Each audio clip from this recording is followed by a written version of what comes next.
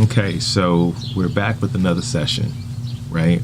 And if you didn't get a chance to check out the first one, make sure that you go back and check it out.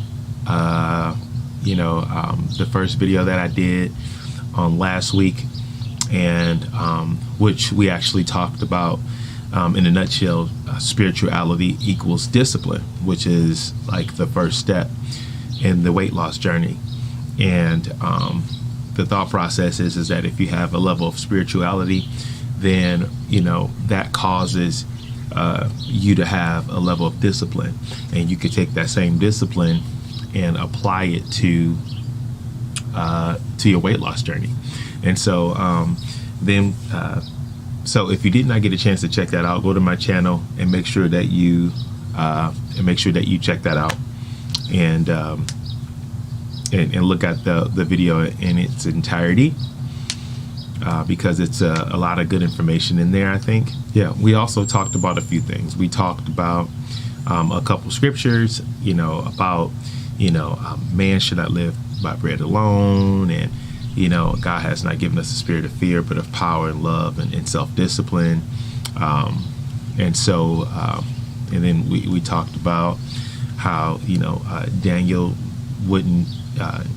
he didn't want to eat the food that was prescribed to him, but instead he wanted to just do the water and vegetables, and said that he will look better than the guys that are eating what what the king has suggested for him to eat.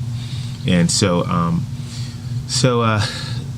with that being said, it's time for us to take a look at food and how we should actually look at food, right? I kind of mentioned it in my last video or whatnot.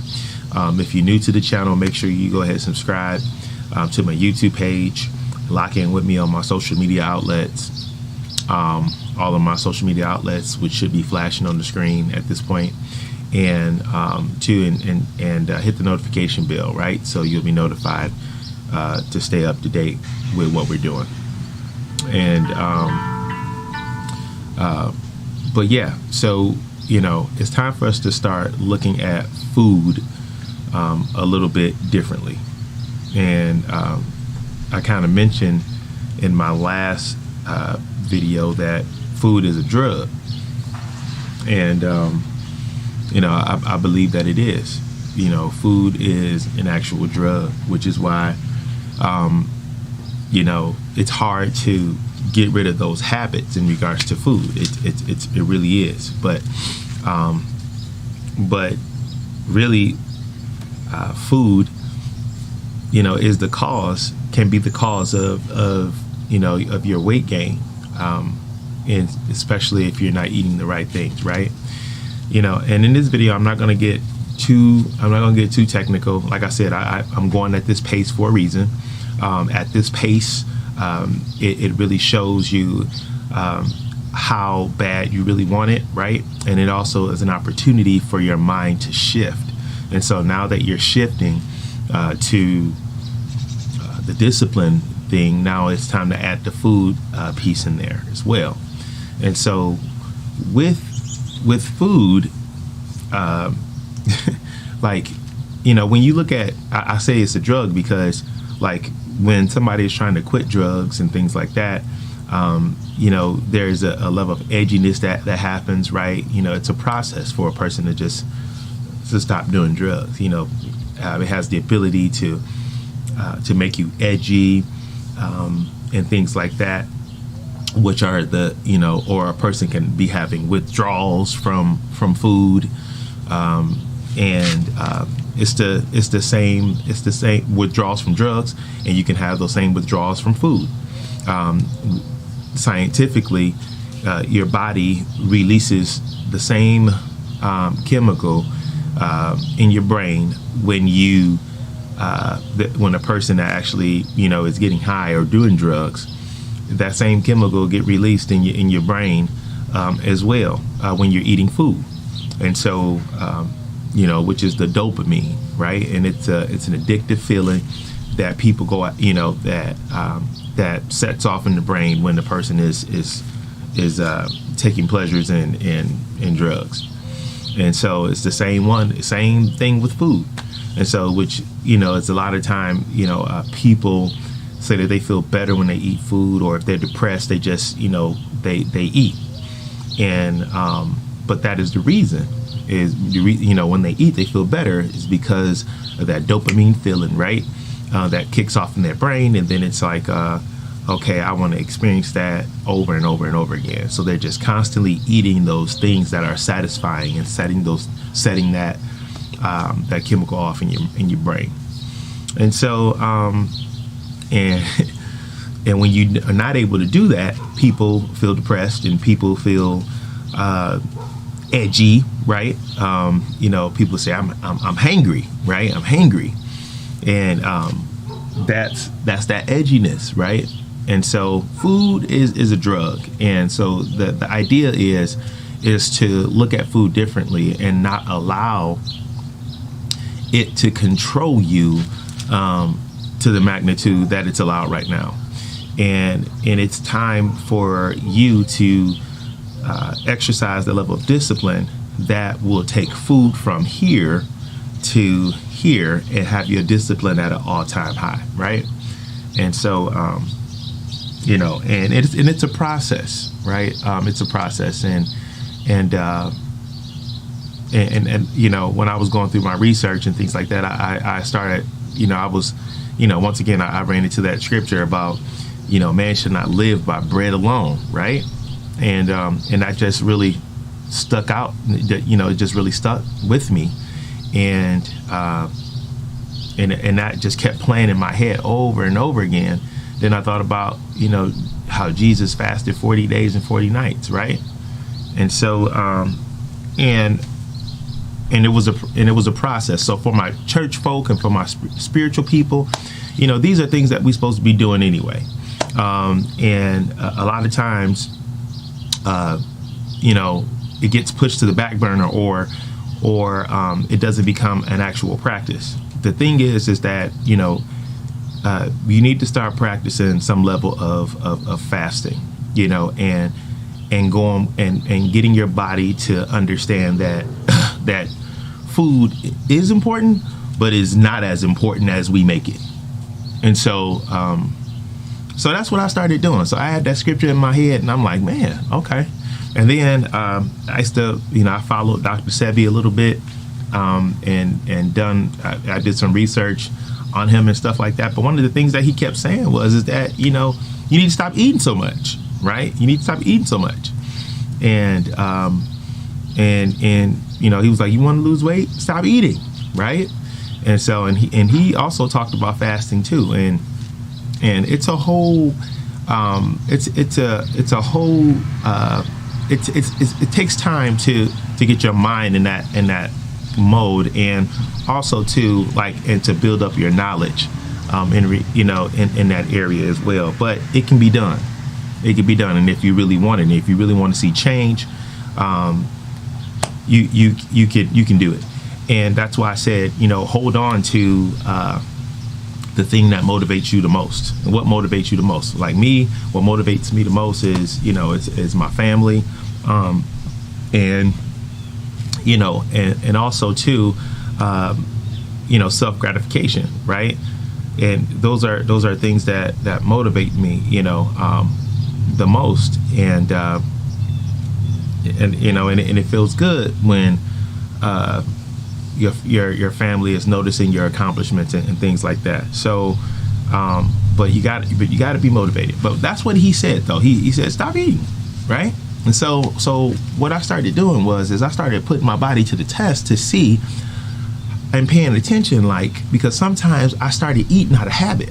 I'll just be eating out of habit for no reason, right? Just out of habit. I just constantly putting stuff in my mouth, because we are creatures of habit, and we can get to that mode where we're just constantly just shoving things into our mouths. And so I started paying attention, and I started paying attention to that, and I started seeing how long my body can go without food. I know that's tough, right? Because we love to eat. We we love it, right? And to the point, you even made, some of us have even made food our God, and we don't even know it. And for those that are heavily involved in church, and I keep saying that because a lot of you I know from church, right?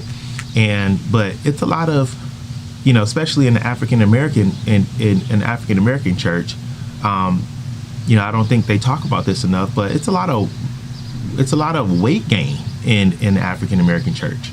It really is. And from people that are in the higher positions on down. And but we don't pay attention to that. But we should, because reason being is that that's letting us know, that's letting people know, and if they're really paying attention on what type of lifestyle that you're actually living, right? You may not be, fornicating or drinking or the things that we call, that are worldly and that are sinful. You may not be doing those things, but you got a problem with pushing your plate back. And that's an issue, because if you can't push your plate back, or if you can't abstain from food and keep yourself from blowing up, then that means that you have a flesh problem, right? If those scriptures that we learned in church are true, that means that we have a flesh problem, and you have a problem exercising discipline. And really, it's really kind of a thin line, because if you have a flesh problem, it's really going to be hard for you to be in a position of leadership, because you're not exercising a level of discipline in this area, and that's the area that you should, because we learned growing up that the way that you keep your flesh in check is by starving it, right? Fasting, right? These things come out by fasting and prayer. I keep under my body and bring it under subjection, lest that by any means, when I have preached to others, I myself won't be a castaway. So how do you keep your body under subjection? You have to keep it in check with fasting, right? And because we learned that fasting kills the flesh, right? That's what we've learned. And which is why when Jesus came out of the water, he went straight into the wilderness to be tempted, right? And fasted for 40 days and for 40 nights, so that he can get his flesh under control. If he didn't fast, who knows? Because a person is not tempted unless he is drawn away from his own lust and enticed. So Jesus was tempted. So if he didn't fast 40 days and 40 nights, who knows if he would have gave in or not. So but we teach those things and we're not abiding by them, right? So that's an issue, which is why you probably see so many, people in high positions getting themselves in situations that you never thought of, right? And it's surprising when you hear certain things, but in essence, they're not exercising the level of discipline that they should be. And if you read Galatians chapter 5, it talks about the works of the flesh, and it gets really deep. And if you're not careful, this is who you can become. If you're really not careful, this is who you can become. If you look at Galatians chapter 5, it'll tell you the works of the flesh. And if you're not careful, you could become exactly what those works are. And so once again, you have a lot of people that are seriously overweight, that are struggling, that are dying by it, in the church, right? And it's a huge epidemic that's taking place, but we're not paying attention to it. We go to the funerals and we bury folk that had heart attacks because their arteries were clogged and stuff like that. But then after the funeral, we feasting on fried chicken, all the starches and everything else that could clog your arteries and kill you next. So So these are the things that you really need to start really thinking about, because it could be detrimental to your journey. And so it starts. So the second thing that in this session that I want you to take away is start looking at food differently, and start seeing how long your body can actually go without food. Right? Food is important, but it's not as important as we made it. Right? I will start putting my mind in that mode, and I'll be saying to myself, like, I'm not hungry, right? And I noticed that it was getting longer and longer and longer. It was getting longer and longer and longer for me to eat. And I was like, wow, like, okay, then I can do this, right? I can do this. And and that started working for me. And once I got myself into that mode and looking at food in that way, where it's not that important to me, then I really started kicking butt, in my weight journey. So I want to encourage you to do the same thing. And I told you I was gonna just share what worked for me, right? And and hopefully it can encourage you and maybe put you in the right direction. And once again, I am not a doctor, and I'm not trying to be a fitness coach or a life coach or anything of that nature. I'm just simply sharing information that can help, because we have these platforms for a reason, and I think we should start using them positively to try to help each other and build each other up. And so, but yeah, because I know that weight loss can be a struggle. It could be a struggle, and so so I want to help. I want to help in every way that I can. So whatever I find out, I'll share the information with you. But please start seeing how long your body can go without food before you start eating, right? Because some of us don't even eat because we're hungry. Some of us are just eating just because. Some of us are just eating just because. We're not eating because we're hungry. We're eating just because. And so it's time for us to start paying attention to that. Don't eat just because you want to eat. Eat because eat when you're hungry, right? And then when you're actually eating, slow things down, right? Slow things down. Take a moment to actually chew your food up. Start doing it a little bit slower so that you can enjoy your food, right? So you can enjoy your food. Start doing things like that. And a lot of times too, we think we're hungry, but when you drink some water, that will help you as well. So what I've learned is that before I even eat my meal, I'm drinking some water. I'm drinking like 2 cups of water, right? Before I drink my meal. And drinking water can be challenging too, because it's it has the same taste. But what you can do is that what I do is I put some lemon in it. I got that from my wife. Just put some lemon in the water and or whatever, and I just drink water before my meal, and before I know it, while I'm eating my meal, I'm full, and I'm like, man, I want to eat this, but I can't because I'm full. So try that.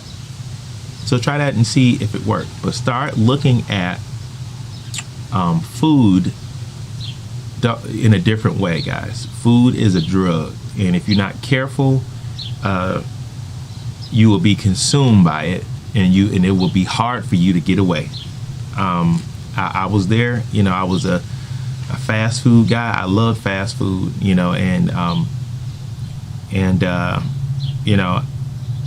I can't even remember the last time I ate fast food, and so yeah, it's a different thing. It's a lifestyle change.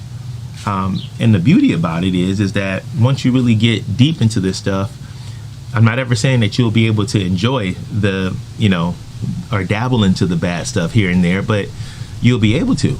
But because of the level of discipline, your mind and your body will be craving to get back on track, right? And so, and I'm going to share too, because I went on vacation last week, and I ended up putting on some weight, but my body and my mind was craving to get back on track so bad. And so I'm tracking that process so you guys can see it, and I'll share that with you as well. I'm gonna be sharing some of my my videos, my workout videos, my things that I do. So make sure that you stay locked in with me. All right. So the next video. So in my next video, I'm going to talk a little bit about inflammation, and I'm still gonna I'm gonna talk about inflammation because a lot of times we have a lot of inflammation in our body, right? And the inflammation that's in our body, it comes from our food. So in the next video, I'm going to talk about inflammation and how important that is, that you understand that in your weight loss journey, because we're getting ready to start getting into it now. It's a slow build, but we're going to start really getting into it. So stay locked in. I'm still going to hold up to my end of the bargain, because I noticed that some of you guys that heard didn't even watch the first video, and you are the main ones that said motivate me. Don't be that way. Don't be that way. If you want to be motivated, right? And if you want to see change, you gotta stick with it and stick with it to the end. And even for me, like, the reason why I did this, one of the main reasons, because I wanted to challenge myself, and this is putting pressure on me as well to stay consistent. So I'm going to keep up on my end of the bargain, right? I'm going to keep up on my end of the bargain, and we're going to show you guys how you can naturally do things, right? And don't have to spend money medically and things like that. We're going to show you how you can naturally do things, and it really works, right? So just make sure you stay tapped into the channel, and we're getting ready to get into it. But that's what I wanted to share in this video, and hopefully you checking it out. Once again, make sure you subscribe to the videos and things like that, and to my YouTube channel, and stay locked in with me on all my social media outlets.